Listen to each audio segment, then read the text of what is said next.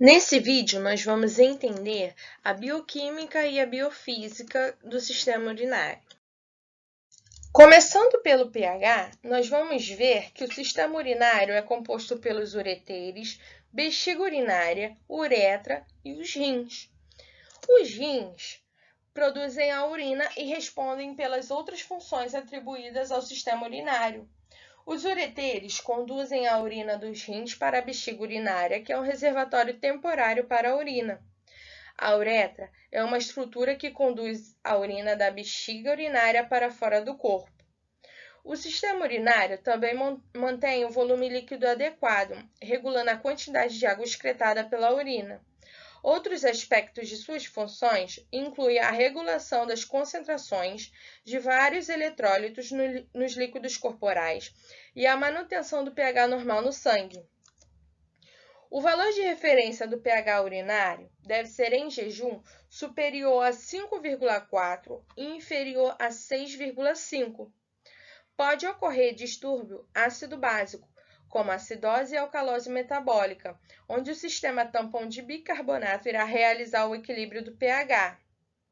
Misturas de ácido e base, que promove a resistência à mudança de pH, que são responsáveis para transformar bases e ácidos fortes em variações mais fracas.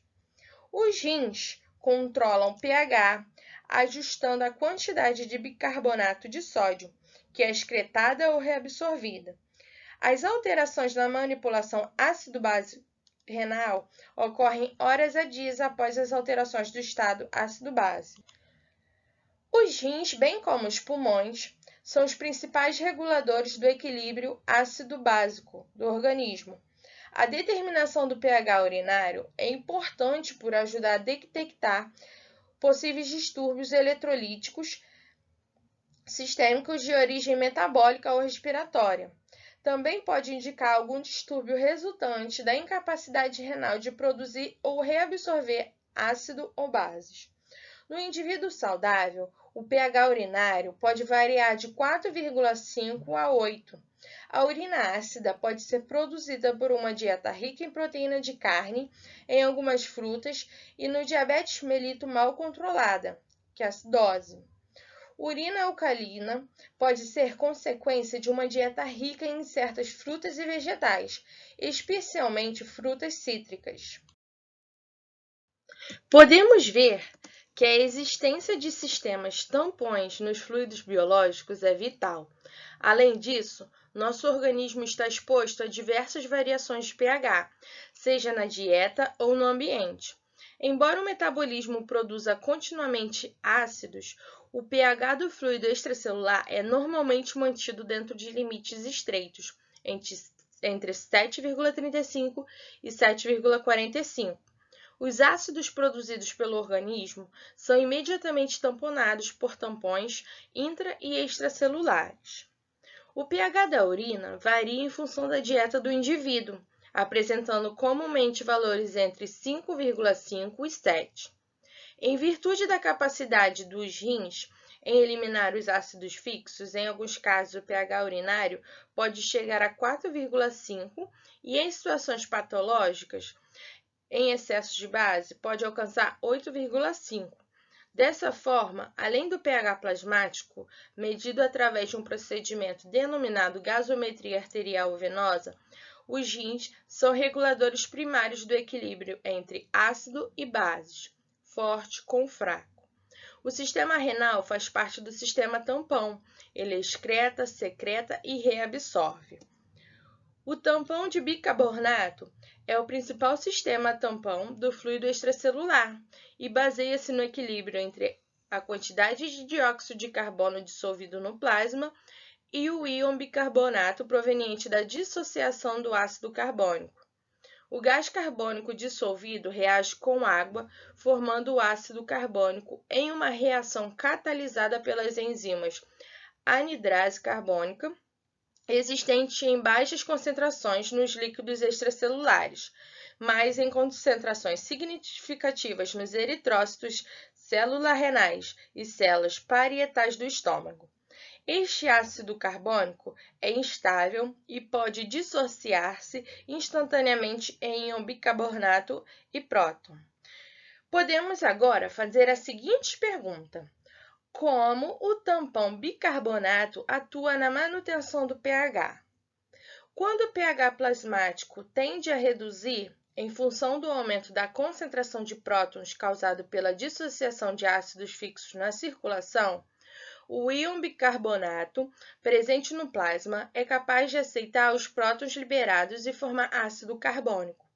Embora forme-se um ácido, o ácido carbônico é extremamente fraco, fato que impede a alteração do pH plasmático. No entanto, o ácido carbônico é instável e tende a se desdobrar em gás carbônico e água.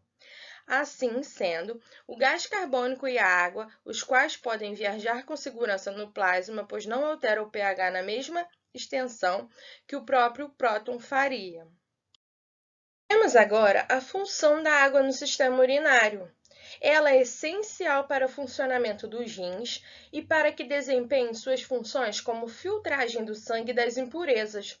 Ela ajuda a hidratar, transportar nutrientes até as células e auxilia na eliminação de toxinas, sendo elas a ureia, cloreto de sódio e ácido úrico eliminando do corpo através do suor e da urina. Os problemas no sistema urinário, como por exemplo as infecções, normalmente estão associadas à desidratação ou à falta de hábito de beber água.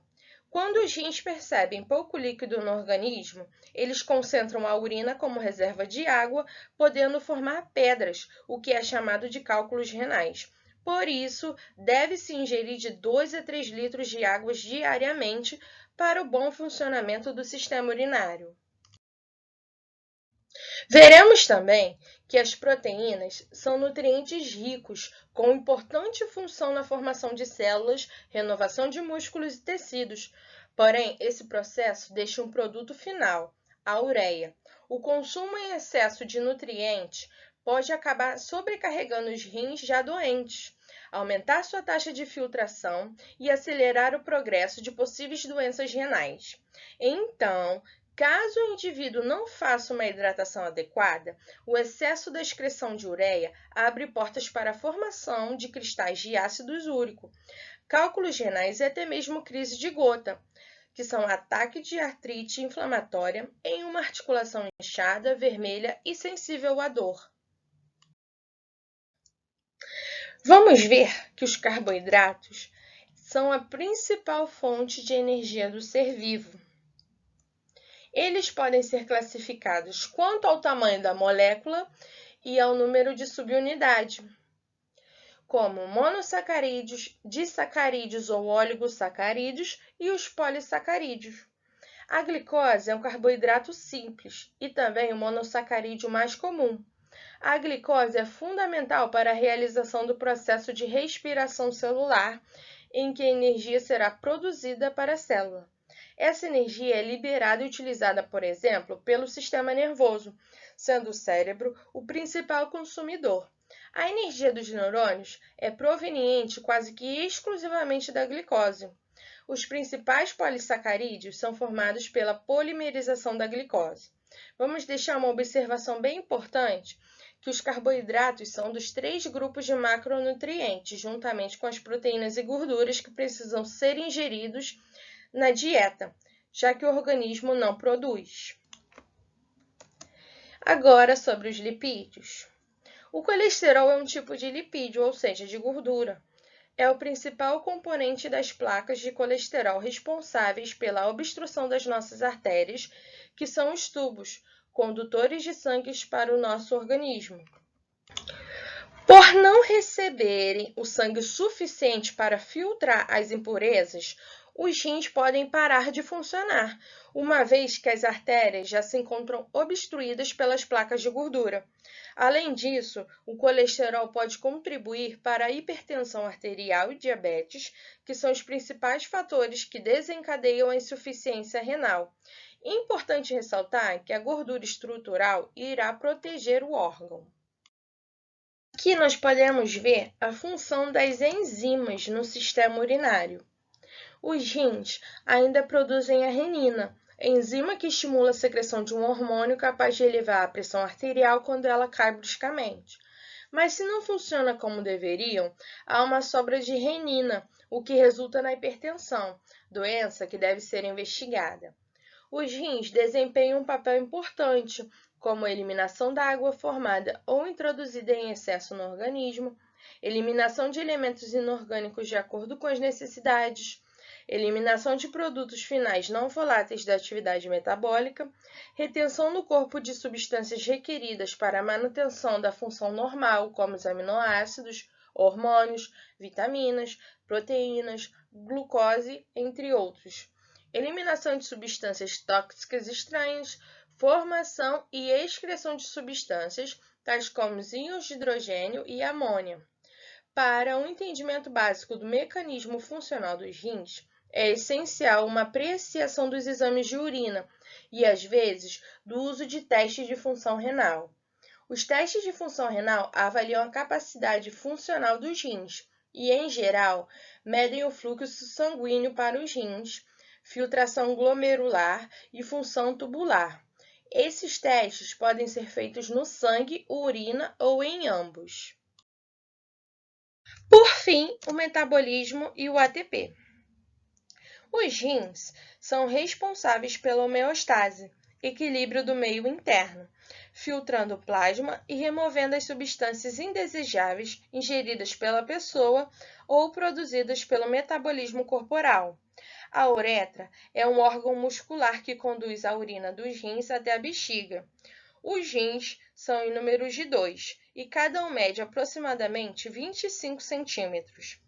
Os ureteres atravessam obliquamente a parede da bexiga, de modo que se forme uma válvula que impede o refluxo da urina.